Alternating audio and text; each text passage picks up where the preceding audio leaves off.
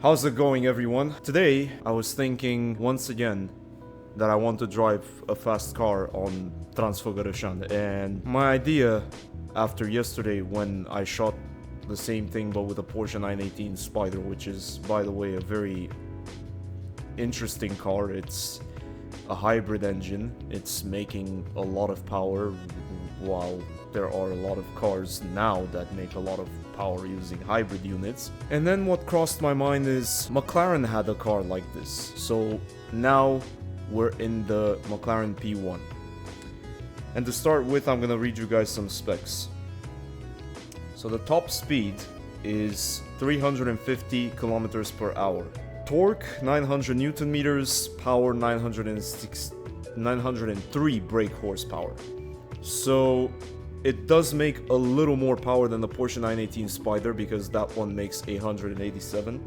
If we look down even further on the spec sheet, it has 0 to 100 kilometers in 2.8 seconds, 0 to 200 in 6.8, and that's that. The engine is a 3.8 liter V8 twin turbocharger single electric motor hybrid. So once again, hybrid unit. Again, these things are getting hate, but these are what I think will be the peak of automotive engineering. Not EVs, not even single combustion engines, but hybrids. CO2 emissions, we don't care about that here. Curb weight is 1490. So not bad, you know, it weighs as much as a GTR, but the GTR makes like 300 horsepower. Let's go for a drive. I made sure that I'm wearing road tires on this and that I have no traction control. I want to have the most raw experience. We are going to be on public road right now. Transfagarasan is always a public road. It sometimes becomes a hill climb track, but normally it's a public road. So let's keep it that way and let's make this experience as realistic as possible, because this is more of a test. Right, so let's go for it. The sound is pure.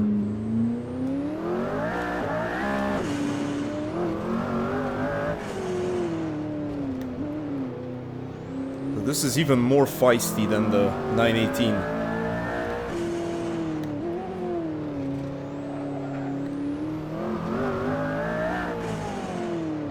What I can appreciate is the ABS feels a lot more real in this car than in the 918. Somehow the 918 felt way too understeery and way too...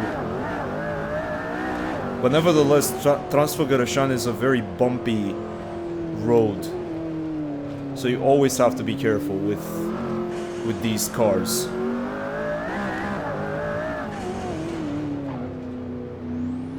I guess there are just some car mods that are poorly modded, although the Porsche 918 Spider is vanilla in Assetto Corsa.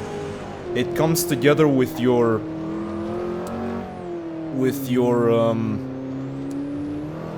game, or with the DLC, the Porsche DLC.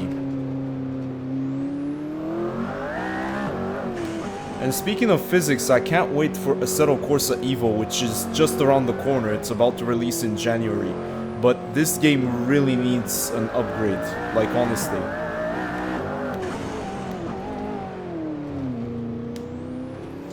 And like I said, the ABS feels so much realer in this. The 918 was just understeering all over the place. I don't know if it was the car or... but it just felt so much worse than this.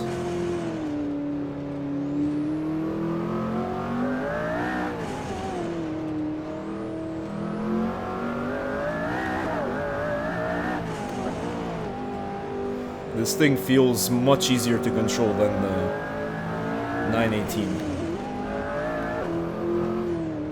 I'm going to test some other cars as well, some cars that have made an impact on me. The point of this series is to truly just delve into my passion for cars, if you will. And we're not just gonna test hypercars and supercars. I want to test some hot hatches as well, for example. I do have an H pattern shifter on my sim, so that's going to be more than doable. And I'm already doing a lot of toge driving, so that should be a lot of fun. Man, this thing can do a lot. It's so cool. Whoa. That was a big bump. Balkan roads. Woo.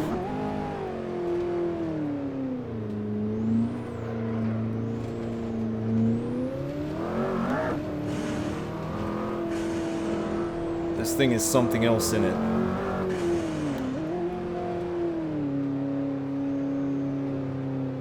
So sometimes you really cannot help understeer even if you have ABS, because you have situations where the car gets tossed by bumps. And then you really won't be able to help the fact that it's, you know, in midair and you're pressing the brake, but then the tires are just gonna slide. Because you're making sudden contact with the road after being midair. So it only makes sense that the car will start to understeer a lot.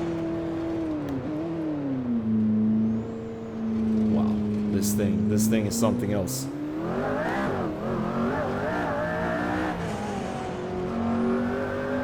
Maybe we'll test not the P1. The P1 we're already testing, but the F1, the McLaren F1, a true legend. It is essentially a BMW supercar, but I don't really care about that. It's one of the cars that I've seen the most often in my childhood, playing all of those games, Need for Speed, Gran Turismo. A real hero of my childhood, that car. Like many others, which we will see.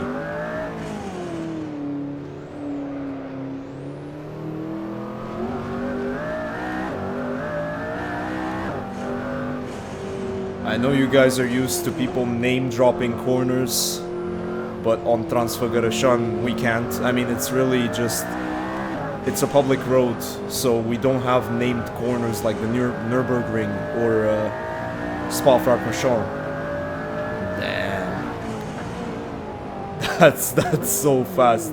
This thing is unbelievable, and the brakes are better than the Porsche 918, where I don't know. To me, this feels so much better than the Porsche 918, personally. I don't know what is it with there's a physics problem or something.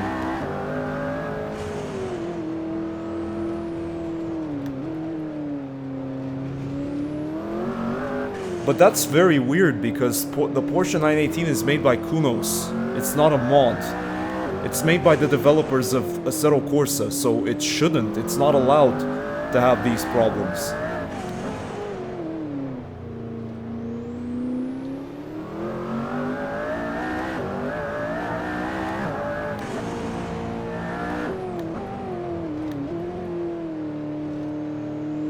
Damn, this thing is so quick.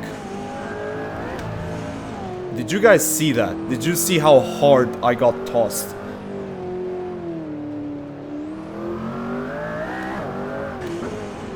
We need to do some rallying around here at some point. I need to take the Carlos Sainz Celica or something to go around here a bit. That would be fun. And that's a car that's way more built for such a road. You know, this car and the Porsche 918 Spider, they're really cars for pure road. This isn't a road, this is Balkan roads. These roads are meant for rally cars or for Dakar monsters like, you know, the Ford the Raptor or the Toyota Tundra or something. It's crazy. They're meant for the raid trucks or for the rally cars, these roads, because they're way too bumpy for a car like this, for an exotic or for a hypercar. Even though what's crazy is in Romania, if you look a lot at hill climb events, there will be a lot of folks with supercars. I saw a 450 Italia, or 455, 458, what was it? Yeah, I think it was a 450 Italia Ferrari. It's crazy. So people will take their chances even on mountain roads, which technically they're not the best suited for these cars, but I guess if it's tuned right, then you have a lot of chances.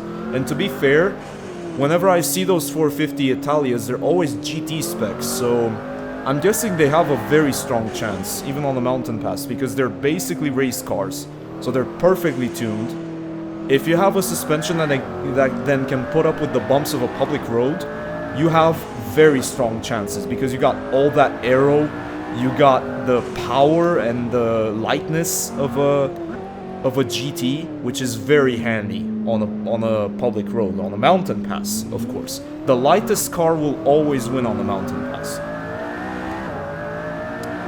Unless it's a hill climb, and in case it's a hill climb, then you're gonna need power as well. Horsepower will be your best friend as well, in that case.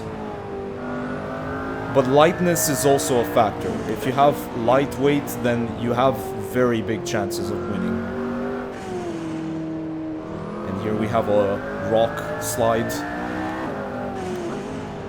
Just like Shomaru Toge, this is what I like.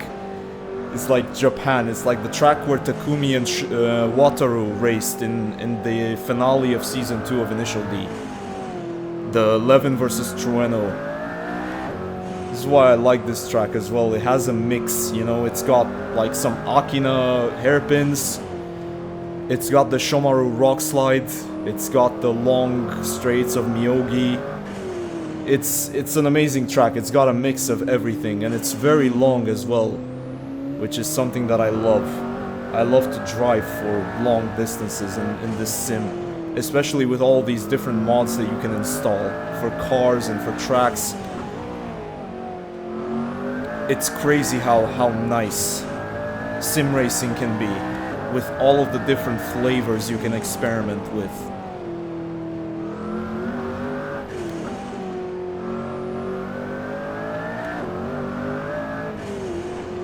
Wow, this thing feels amazing. I have to say it. I'm falling in love. I'm not a big fan of hypercars or supercars, but I'm falling in love with this. This is... the control is just on point, I have to say. The feedback of the wheel also is telling me everything I need to know. Thank God Fanatec didn't go bankrupt. I'm so happy that they got ultimately acquired by Corsair, and now they're continuing to survive. Competition is needed in every field, and if you lose a competitor in that field, it's dangerous, because then you get duopolies like we have with GPUs, or you get even monopolies, and we don't want that. We don't, because then it's gonna destroy the prices of our favorite gear. It's gonna make them really high, and nobody will be able to afford the nice gear from Fanatec or Moza or whoever else is there. There's only Thrustmaster and Logitech, but to be fair, I heard too many complaints from customers of Logitech or Thrustmaster with their direct drive units. They just do not feel like direct drive units, or not that they don't have direct drive, but they just have materials that don't feel good enough for the price point, you know, like they still have a lot of plastic. And Fanatec doesn't really have that problem, honestly. I mean, on this CSL wheel, maybe they have more plastic than the customer would appreciate, but on the Thrustmaster and the Logitech, you're already asking at least 800 euros just for the wheelbase, and that's a lot, you know? Not everybody's gonna be able to pay that much for a direct drive wheel, which is exactly why people were gonna be, you know, outraged if you use improper materials on your wheel that you're selling for so high, you know? Another hairpin here, we have to be careful, because otherwise we'll end up in the forest. Nice and easy. Look at this. This is amazing. I love this car. It handles like a dream. It handles like an absolute dream.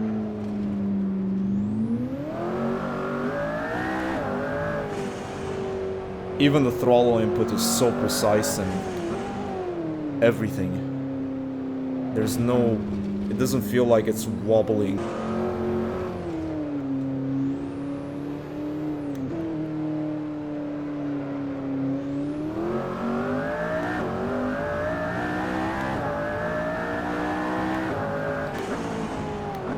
Do you guys just see how fast this thing can go? Once you put your foot down, you're teleporting to another dimension. It's not even funny, honestly. I want to really get the Shibuya, the Tokyo Daikoku highway track, so that I can test it, or that I can test cars like this on it, because it would be really interesting.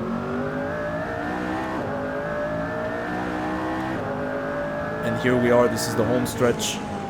This thing is so fast. And it did it faster than the Porsche 918. The Porsche 918 on my cleanest lap did it in 14 minutes. This did it in 13 and 51 seconds. So that's really interesting. I guess this is it for how fast a McLaren P1 can reach the bottom of Transfagarasan. I had a lot of fun, honestly, and I really learned how interesting cars can be. I also learned how bad some cars can be by how people modeled them into games. It's crazy though that Kunos didn't really manage to do such a good job with the Porsche 918 Spider. It's a bit disappointing because I truly believe that that car has better potential than they gave it. It's really something that they introduced into the game. I will double check it to be sure and then correct myself if I'm wrong, but I'm pretty sure it's a Kunos car. And it's literally written in by the devs. If it's a mod made by users, then I guess, okay. But if it's a car made by Kunos, it's really a shame. Hope y'all enjoyed this. I'm gonna try and make more of these. I'm definitely gonna make more of these. I don't care if anyone watches them or anything like that. This is a lot of fun. I'm a real fan of cars and sim racing, of course. I guess I'll see you guys in the next one. Until then, take care.